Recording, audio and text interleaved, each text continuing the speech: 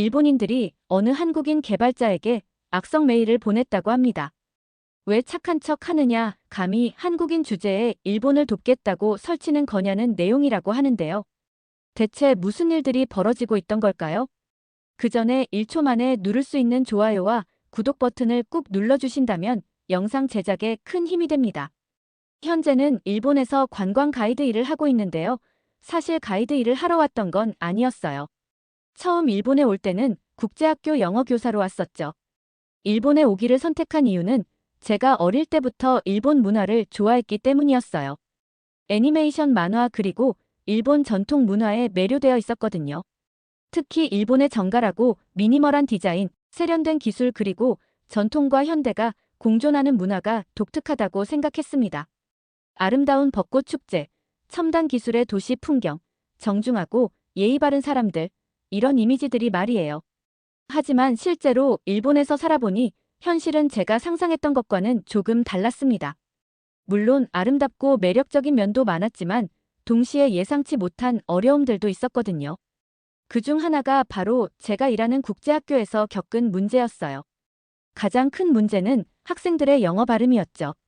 다들 들어서 아시겠지만 일본인들의 영어 발음은 알아듣는 게 불가능한 수준이에요. 그런데 이건 일본어와 영어의 음성 체계 자체가 다르기 때문이라서 사람의 힘으로 어찌할 수 있는 게 아니에요.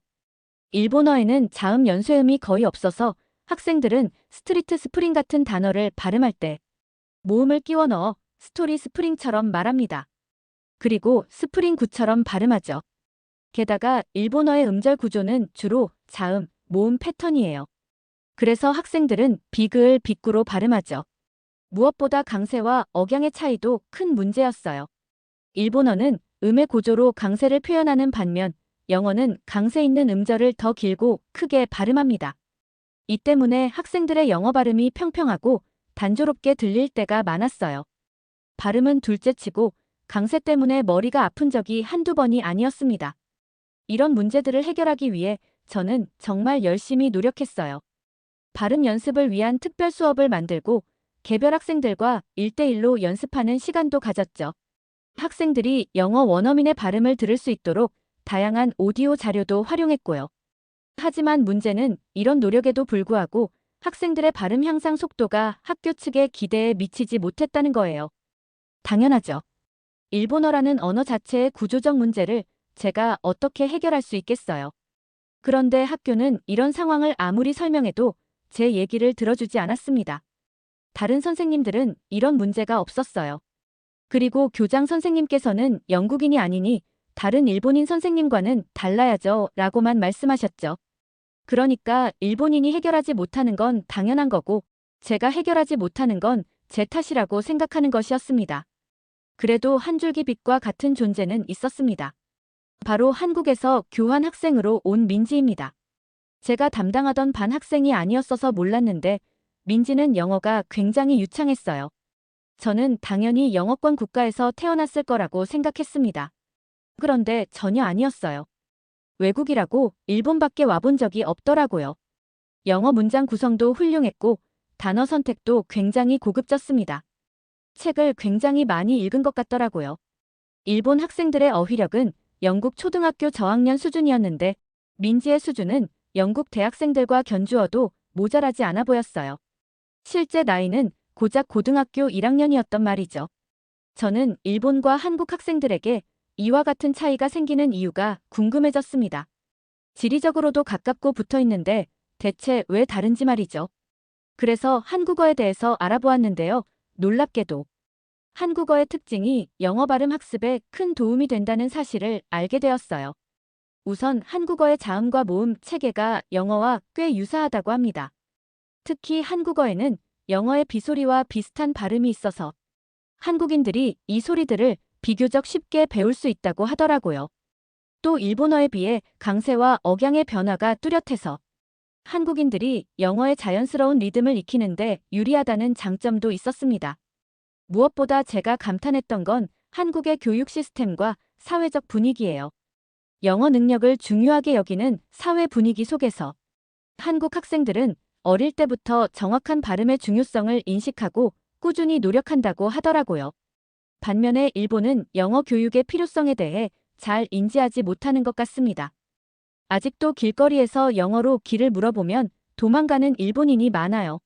글로벌 진출이라는 말은 상위 1%에게만 해당된다고 생각하다 보니 영어 교육은 이런 국제학교에서나 집중적으로 가르치고 있습니다.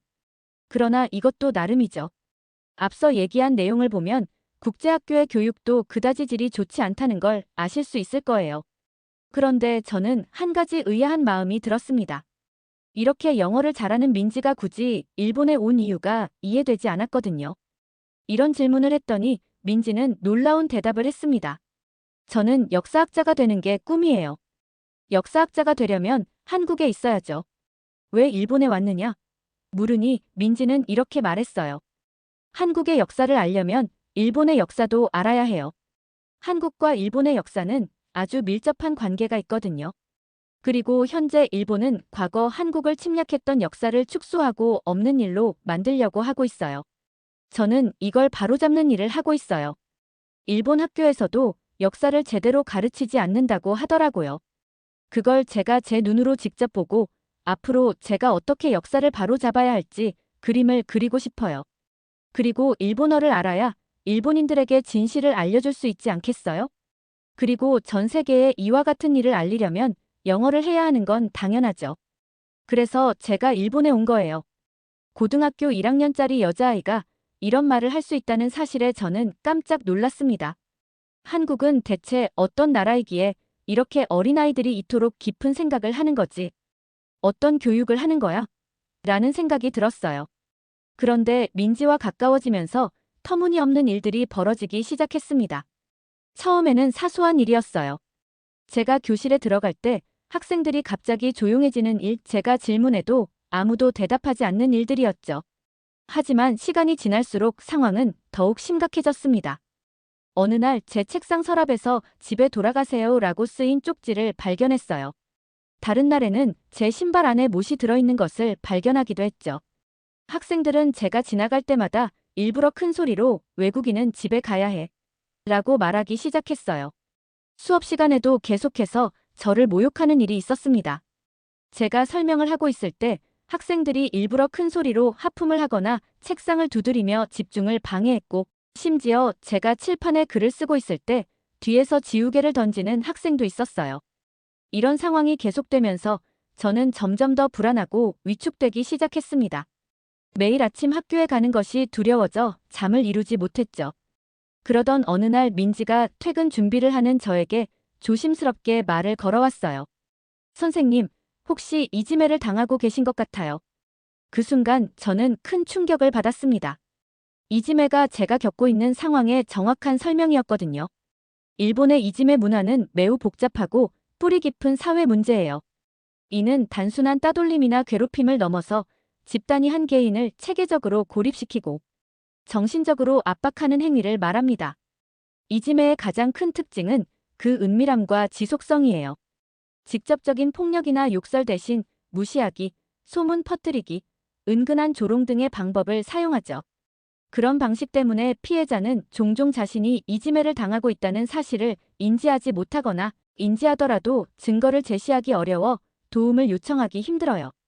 더 큰 문제는 이지매가 일본 사회에서 어느 정도 용인되고 있다는 점이에요. 많은 사람이 이를 사회화의 한 과정으로 여기며 충격을 이겨내면 더 강해진다는 식의 사고방식을 가지고 있죠. 이런 인식 때문에 이지매 문제는 쉽게 해결되지 않습니다.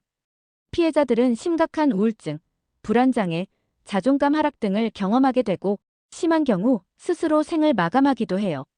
매년 수백 명의 학생이 이지매로 인해 극단적 선택을 한다는 통계가 있을 정도죠. 그런데 소름 돋는 게 뭔지 아세요? 누군가 이지매 때문에 스스로 생을 마감하면 일본에서는 이런 것도 못 버텨. 어차피 안 될 거였어. 내가 약해서 그런 거야 라고 말한다는 겁니다. 피해자를 탓하며 얘를 위해서 그런 거야 라고 합리화하죠. 그런데 보통 이지매는 직장이나 학교 선후배 사이에 일어나지 학생과 선생 사이에는 일어나지 않습니다. 학생들이 선생님을 이지매 대상으로 삼다니 이건 정말 상상도 못한 일이었어요. 게다가 저는 외국인이었습니다. 이런 문화적 차이와 언어적 장벽 때문에 제가 더 쉬운 표적이 되었던 것 같습니다. 민지의 말로 비로소 저는 그동안의 상황들이 우연이 아니었다는 걸 깨달았어요. 그리고 더 놀라운 사실은 민지 역시 이지매를 당하고 있었다는 점이었죠.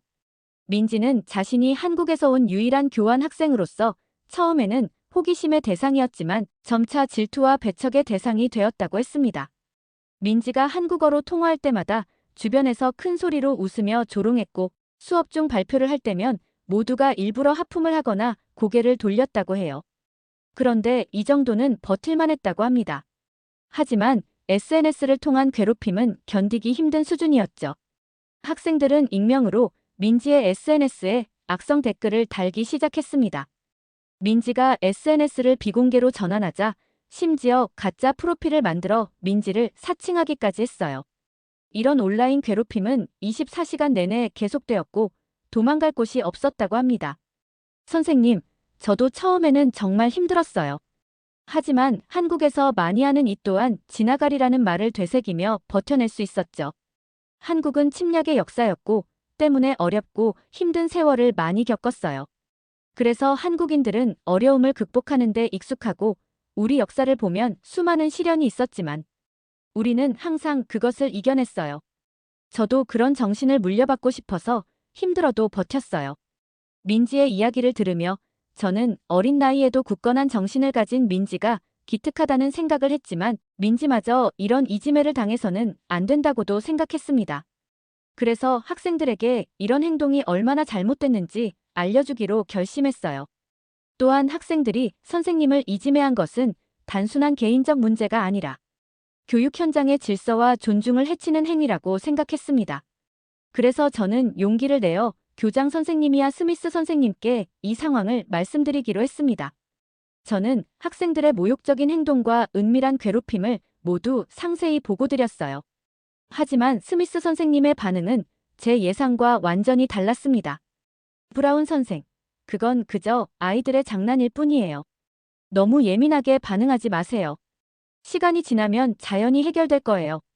저는 그 자리에서 할 말을 잃었어요. 어떻게 이런 심각한 문제를 아이들의 장난이라고 치부할 수 있을까요?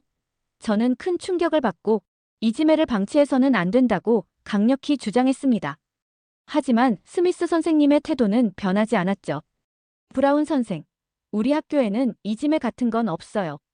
당신이 외국인이라 우리 문화를 잘 이해하지 못하는 것 같군요. 좀 더 적응하려고 노력해보세요. 스미스 선생님의 말씀을 듣고 저는 완전히 좌절감에 빠졌습니다. 학교에 대한 모든 기대와 희망이 산산조각이 났죠. 더 이상 이곳에서 일할 수 없다는 생각이 들었어요. 결국 저는 사직서를 제출하고 학교를 떠나기로 결심했습니다. 하지만 당장 일본을 떠날 순 없었어요. 재집 계약이 아직 몇 달 남아 있었거든요. 그래서 남은 기간 동안 다른 일을 찾아보기로 했죠. 마침 외국인을 위한 여행 가이드 일자리를 구하게 되었습니다. 영어와 일본어를 모두 할 수 있는 제게 딱 맞는 일이었죠. 그런데 가이드로 일한 지 3개월 차가 되었을 때 일본에 온 이래로 가장 큰 위기 상황을 맞닥뜨렸습니다. 어느 날 갑자기 뉴스 속보가 나왔어요. 그 내용은 바로 난카이 트로프 지진 가능성에 대한 것이었죠.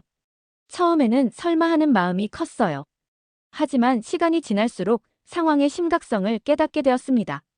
예약 취소가 줄을 이었고 새로운 예약은 거의 들어오지 않았습니다. 여행사는 비상대책회의를 열었고 우리 가이드들은 당분간 일거리가 없을 거라는 얘기를 들었어요.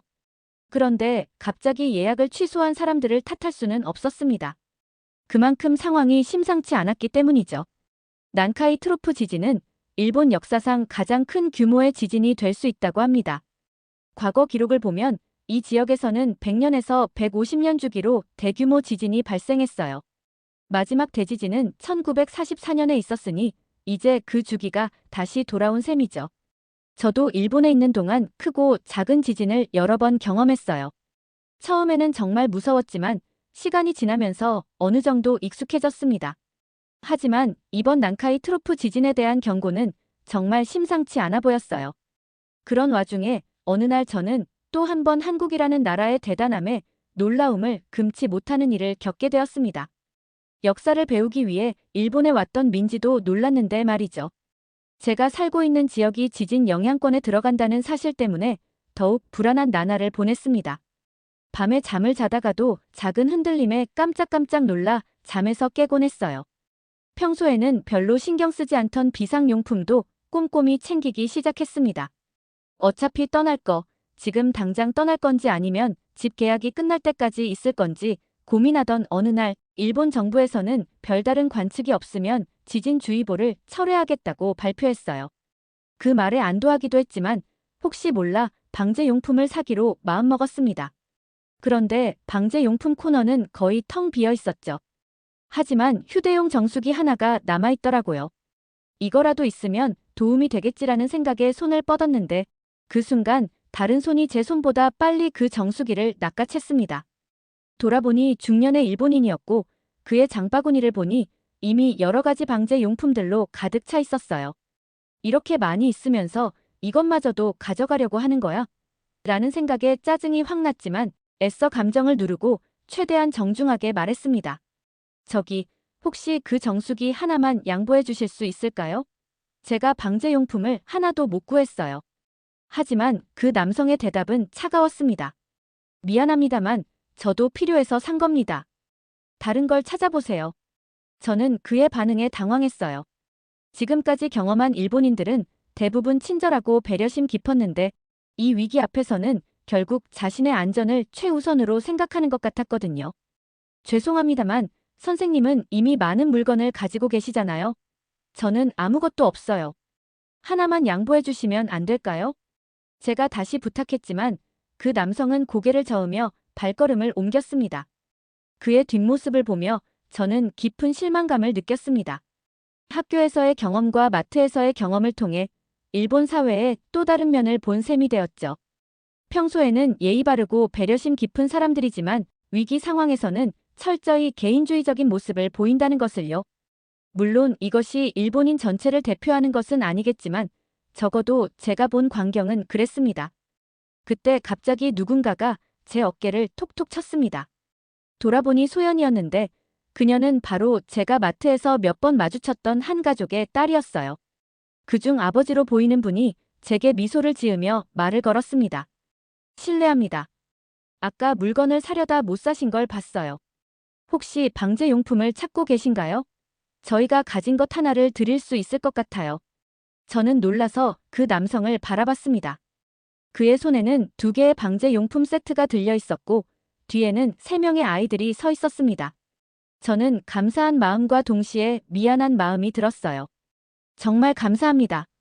그런데 가족분들이 많으신데 그쪽에서 쓰시는 게 더 나을 것 같아요. 저는 혼자라서요. 그러자 그 남성은 웃으며 대답했습니다. 걱정 마세요. 저희는 이미 집에 가족 수대로 방제용품을 구비해놨어요.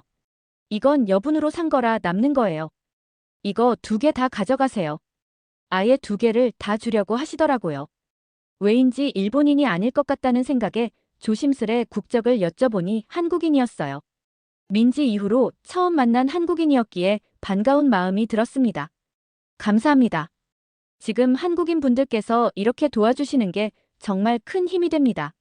그때 뒤에서 섬뜩한 목소리가 들렸어요. 저 죄송하지만 이렇게 하시는 건 좋지 않은 것 같아요. 돌아보니 방제용품을 양보하지 않았던 그 일본인이었고 그는 눈을 좁혀 한국인 가족을 바라보고 있었죠. 우리나라는 자연재해가 많아서 각자 자신의 안전을 책임져야 하거든요. 남에게 의지하는 건 좋지 않은 습관이 될 수 있어요. 그리고 한국인 같은데 일본에서 이런 문화는 좋아 보이지 않으니 중단해주세요. 그의 말투는 겉으로 공손해 보였지만 그 안에 담긴 의미는 날카로웠습니다. 그는 제가 한국인 가족에게 도움을 받는 걸 민폐라고 표현하는 것이었어요. 순간 당혹스럽기도 하고 화가 나기도 했습니다. 그런데 화를 낸 건 제가 아니었어요. 그게 무슨 말씀이세요? 바로 한국인 아버지가 나서서 말했습니다. 서로 돕는 것이 어째서 나쁜 습관이 된다는 거죠? 위험한 시기일수록 더 단결해야 하는 것 아닌가요? 원래 인간이란 돕고 사는 존재예요. 일본인은 잠시 말문이 막힌 듯 했지만 곧 방문하듯 말을 이었어요. 한국인들은 이해 못하죠. 이게 우리 일본 방식이니까요. 각자 안전을 챙기는 게 가장 확실하고 현명한 방법입니다. 모르면 가만히 계세요. 그러자 한국인 아버지는 단호하게 대응했습니다. 그건 잘못된 방식이에요. 서로 돕는 것이 어떻게 위험으로 이어질 수 있나요? 오히려 함께 힘을 모으면 더 안전해질 수 있어요. 예전에 민지에게 들었던 어려울 때 서로 의지하며 위기를 극복해낸 한국인들이 떠올랐기 때문일까요? 이 말을 들은 일본인 남성은 불편한 기색을 감추지 못했습니다. 당신, 우리 일본 사정을 잘 모르시는 것 같네요. 여기서 살아본 적 있나요? 일본인은 자기 경험을 함부로 판단하지 말라고 했지만 한국인 아버지도 만만치 않았습니다. 일본과 같은 자연재해만 없었을 뿐 우리나라는 나라 전체가 초토화된 적이 있을 정도로 위기가 많았어요. 일본만 어려웠을 거라고 생각하는 건 오만한 겁니다. 결국 일본인은 성질을 냈어요. 당신들이 뭘 안다고 여기서 살아본 적 있어. 우린 목숨 걸고 사는 사람들이야. 라고 크게 소리쳤죠. 이렇게 크게 소리 지르며 화를 내는 일본인은 처음 봤습니다. 하지만 한국인 아버지는 화를 내지 않았습니다. 대신 이렇게 말했어요. 당신의 행동은 그저 자신의 이기심을 정당화하려는 것 뿐이에요. 당신은 외면하고 지나쳤던 사람을 제가 도와주니까 괜히 나쁜 사람이 된 것 같은 거잖아요. 아닌가요? 일본인 남성은 깊이 찔린 듯 말이 없었고 얼굴을 붉히며 자리를 떠났습니다. 주변에 모여있던 사람들도 하나둘 흩어졌죠. 저는 이 모습을 보여준 한국인 가족에게 고마운 마음이 들었습니다. 민지 그리고 이 가족 덕분에 한국은 일본과 비슷한 외형을 가지고 있지만 전혀 다른 문화를 가진 나라라는 생각이 들었거든요. 이후 저는 한국인 아버지와 연락처를 주고받았고 어머니께도 인사를 드렸습니다. 알고 보니 어머니는 저보다 3살 많은 수진 씨였어요. 자주 통화하며 지내다 어느 날은 대구로 초대받기도 했습니다. 한국인 가족이 사는 집에 들어서자 낯선 향신료 향이 코를 자극했어요. 식탁에는 이미 여러 가지 음식이 준비되어 있었습니다. 색색의 반찬들, 김이 모락모락 나는 국, 그리고 하얀 밥까지. 모두 처음 보는 음식들이었죠. 저는 모르게 침이 고였어요. 맛있게 드세요. 감사 인사를 하며 숟가락을 들었습니다. 처음 먹어보는 순두부찌개는 고소한 향기와 함께 입안 가득 깊은 맛을 전해줬어요. 일본의 미소시루와 비슷하지만 훨씬 더 매콤하고 진하며 풍부한 맛이었습니다. 불고기, 김치 등 다양한 한국 요리를 맛볼수록 저는 점점 더 한국 음식에 매료되었습니다. 지금까지 제가 지냈던 영국 음식이 세계에서 가장 맛있다고 생각했는데 한국 음식이 제 입맛에 더 잘 맞는다는 걸 알게 되었죠. 풍성한 식사를 마치고 나서 소화에 좋다는 매실차도 마셨습니다. 새콤한 맛이 딱이더라고요. 차하면 영국을 떠올리는데 이런 생소한 차를 마시게 된 것이 행운처럼 느껴졌습니다. 잠깐의 담소를 나눈 뒤 한국인 아버지가 일본에서의 계획을 물으셨습니다. 저는 지진 위험 때문에 계속 일본에 있어야 할지 아니면 떠나야 할지 잘 모르겠다고 말했습니다. 가족분들도 같은 고민을 하고 있다고 했죠. 그러다 대화 중 일본의 지진 경보앱 이야기가 나왔습니다. 사실 일본 정부가 제공하는 실시간 지진 정보 앱은 너무 많은 사람이 동시에 사용하다 보니 서버가 감당 못해 제대로 작동하지 않는다더라고요. 그래서 저는 일본 정부 앱 대신 무료로 제공되는 다른 앱을 사용했습니다. 그 앱도 실시간으로 정보를 업데이트했는데 훨씬 효과적이었어요. 그 이야기를 한국인 아버지께 말씀드렸더니 눈을 반짝이며 그 사이트 아시는군요. 사실 그 사이트를 제가 만든 겁니다.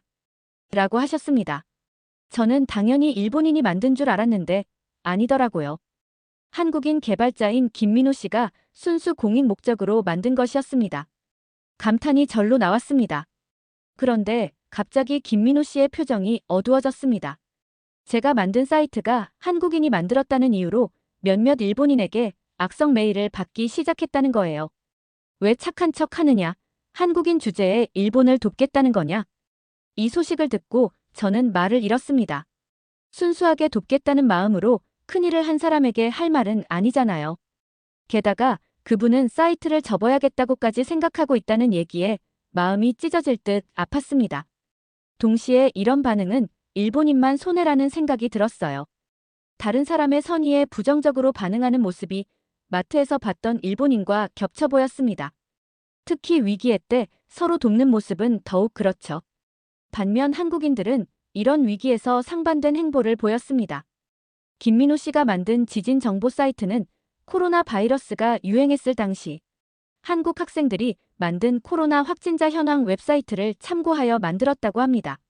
한국 대학생들이 정부나 큰 기업이 할 일을 평범한 대학생이 해냈다는 건 정말 놀라운 일이었어요.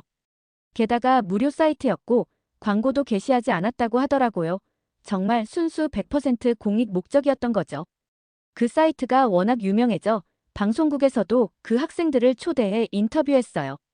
전 국민이 그 학생들을 칭찬하고 고마워했다면서요? 이쯤만 봐도 일본과 한국이 얼마나 다른지를 알 수 있었습니다. 똑같은 일을 해도 누군가는 고마워하고 누군가는 저주를 하니까요. 이유에 대해 한국인 아버지는 이렇게 말했어요. 아마 자존심 때문일 겁니다. 한국인에게 도움을 받는다는 게 자존심 상해요. 일본은 과거 식민 지배 영향 때문인지 한국을 아래로 보는 경향이 없지 않거든요. 정말 실망스러웠습니다. 중시하고 배려심이 깊은 나라라고 생각해왔는데 여러 사건을 겪으며 제가 알던 게 전부가 아니라는 걸 확인하는 기분이었어요. 저는 한국에 대한 이야기도 궁금해졌습니다. 그래서 물었죠. 만약 외국인이 한국에서 지진 정보 사이트 같은 걸 만들면 한국인들은 어떻게 행동할까요? 아마도 더 감사했을 거예요. 우리나라 사람도 아닌데 이렇게 도와주다니 정말 고맙다고 했을 거예요. 실제로 코로나 때 외국인들이 한국을 돕겠다고 나섰을 때 정말 감동받았던 기억이 있어요. 이 이야기를 들으며 저는 두 나라의 문화 차이에 대해 깊이 생각하게 되었습니다.